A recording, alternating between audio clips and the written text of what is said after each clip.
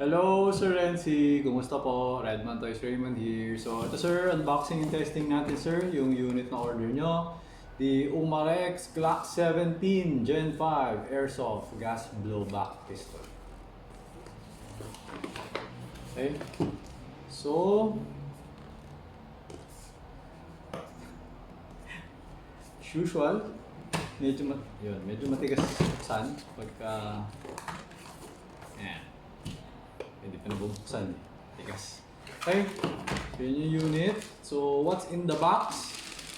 The unit. Wait. Yan. The unit with the magazine.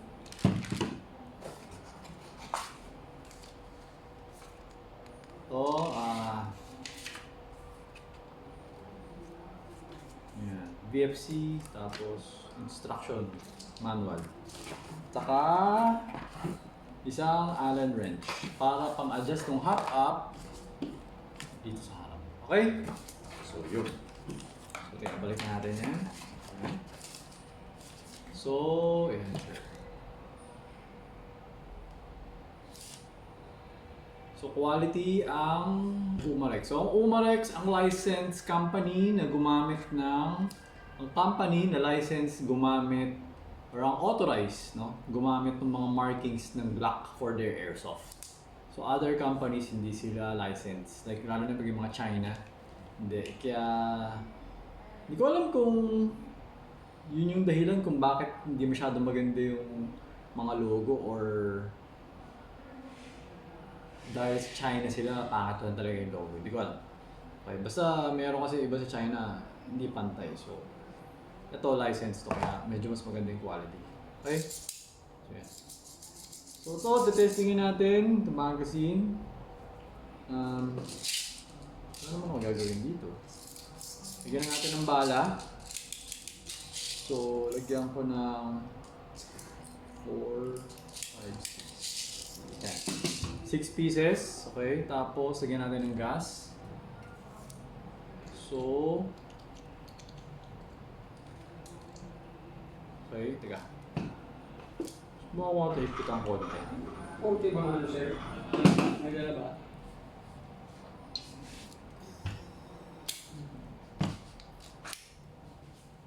So, buksan natin ang chronograph.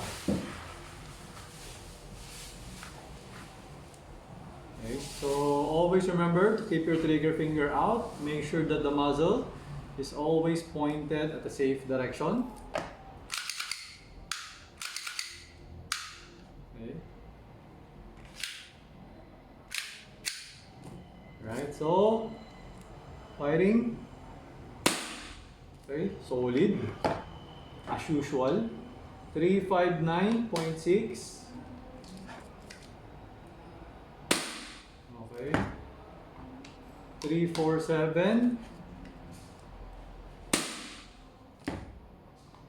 338.6. 333.4.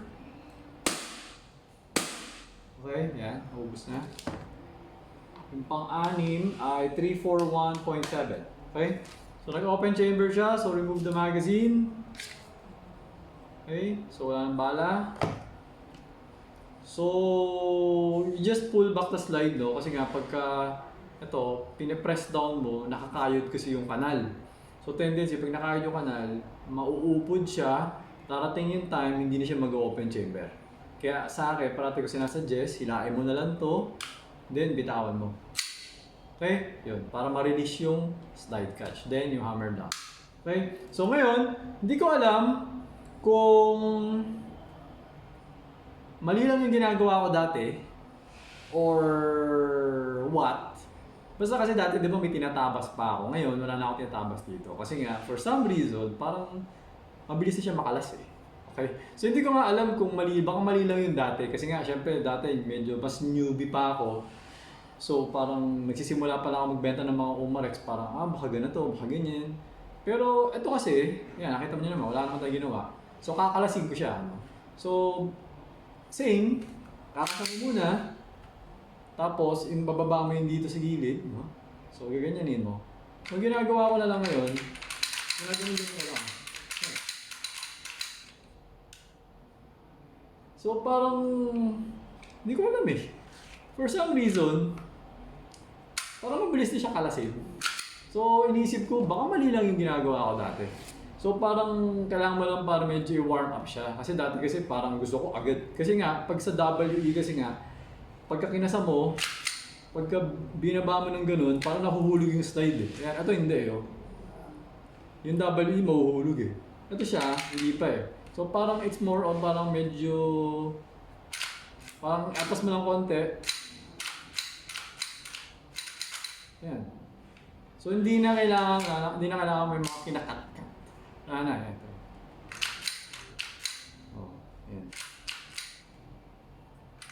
Diba nakaganyan? Oh. Yan. Diba? Kakalasin natin. Sige, ganyan. Ganyan ko. Medyo matigas din kasi. O yun, finish ko na. So parang kailangan lang ng break-in period na parang kinakasa-kasa, parang gano'n, para yung mga part na matitigas, luluwag. Parang parang mapupudpud ba? Hindi naman siya mapupudpud eh. Parang it's more on, siguro magkakaroon na siya ng, magsusmoothen out lang. Parang gano'n, magsusmoothen out. So, yan. So, ganyan, kinasa natin, di ba? Oh, bilis na. Balik ko. Basta pag binabalik mo, check mo to. Check mo kasi mamaya akala mo nakalock na eh. Kaya pala hindi pa to. Check mo to. Kailangan nakaangat yan. Maximum sa taas talaga. O kakalasin natin. O babaan mo kasi yung kabilaan sabay. Ayan, dito, saka dito. Sabay yan, sa bababa. O ayan, tanggal na. Okay? So, ganun na siya. So yung mga dati hindi ko alam eh. Okay. Hammer down. Okay. So ayun sir. Okay na tong unit mo. So napako na siya kasama ng mga gas and yung BB.